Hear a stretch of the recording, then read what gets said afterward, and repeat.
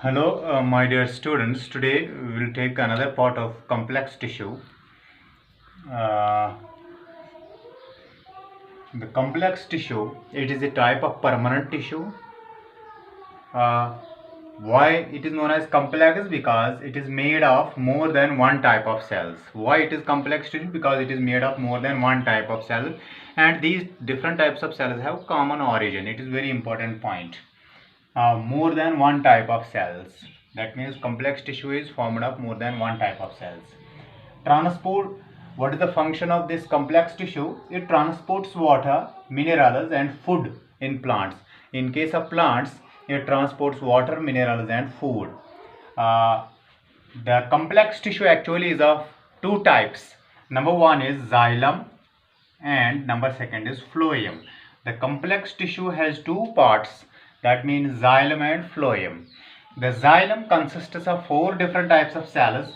Number one is tracheids, number second vessels, number third xylem parenchyma, number four xylem sclerenchyma. And phloem also consists of four types of cells: sieve tubes, companion cells, phloem parenchyma and phloem fibers. These are four types of cells which constitute phloem. These both xylem and phloem form conducting tissue. That means the tissue which conducts, which transports water. That means xylem and phloem forms conducting tissue. That means the tissue which conducts some substance, which transports some substance, that is water and food. Conducting tissue, and together they are known as vascular tissue. You can call both them together as vascular tissue, or you can say vascular bundle. Now if anytime I will say vascular bundle, you might get understand that vascular bundle consists of xylem and phloem.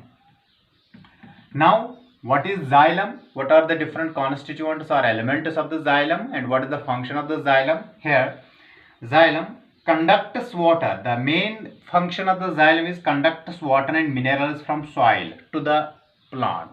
That means if this is the plant,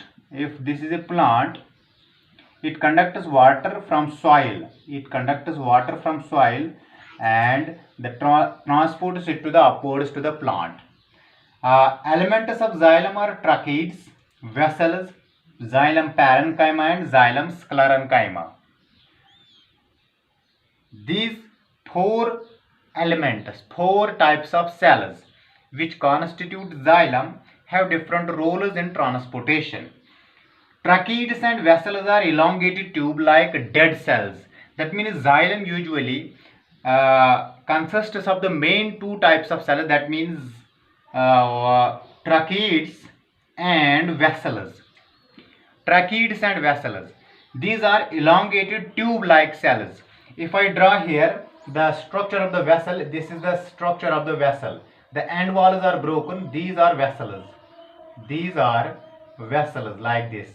It is a vessel. And these are dead because due to the extra deposition of lignin over it. Lignin. Extra deposition of lignin. Due to this lignin, the cells become dead. And there are no cellular contents present in these vessels because they require the transport of water towards upper side. Tracheids are actually wedge shaped like these cells, which are wedge shaped cells, and they are present next to it, but the end walls are intact like this, intact. They don't have broken end walls, but they are also dead. There are some spaces known as pits, pits, pits. These walls constitute some special areas known as pits through which water can transport laterally like this, lateral transport. Tracheids and vessels are elongated tube-like dead cells help in vertical transport. They are transporting water from roots to the leaves.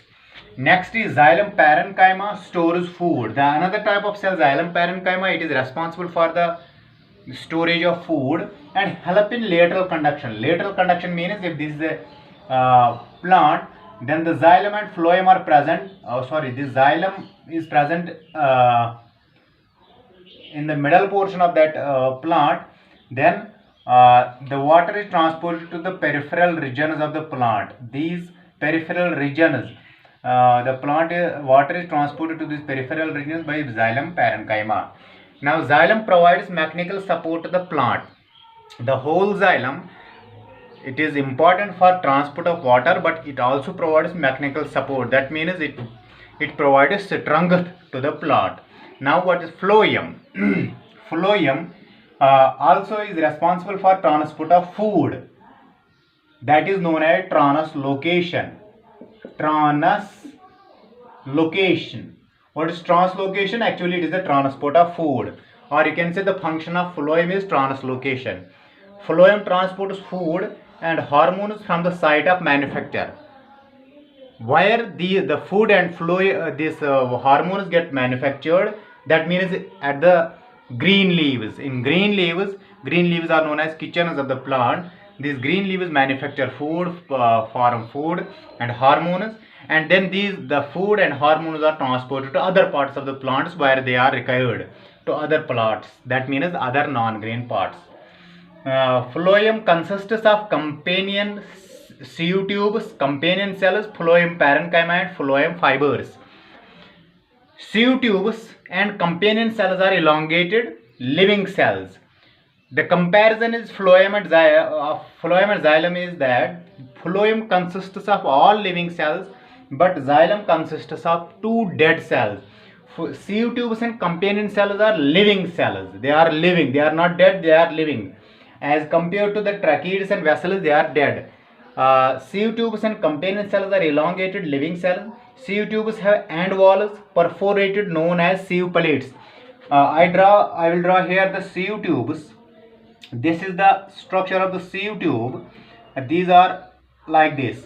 The end walls are perforated. That means having pores like these. End walls are intact but having pores like this. And these end walls are known as sieve plate. It is known as sieve plate. Sieve plate. And this type of cell, it is a living cell having different cellular contents except a nucleus. Nucleus is not present in the sieve tube.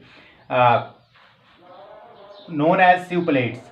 Phloem transport is bidirectional. When the phloem is transported, that means from leaves the food is transported to the roots also and to the upper parts also. That means the phloem transport is bidirectional. As compared to the xylem transport is only upwards.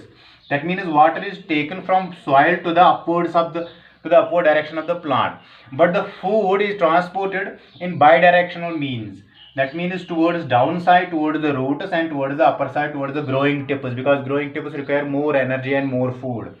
It was all about the complex tissue. Hope you will understand it by reading more terms related to these. Thank you. Have a nice day.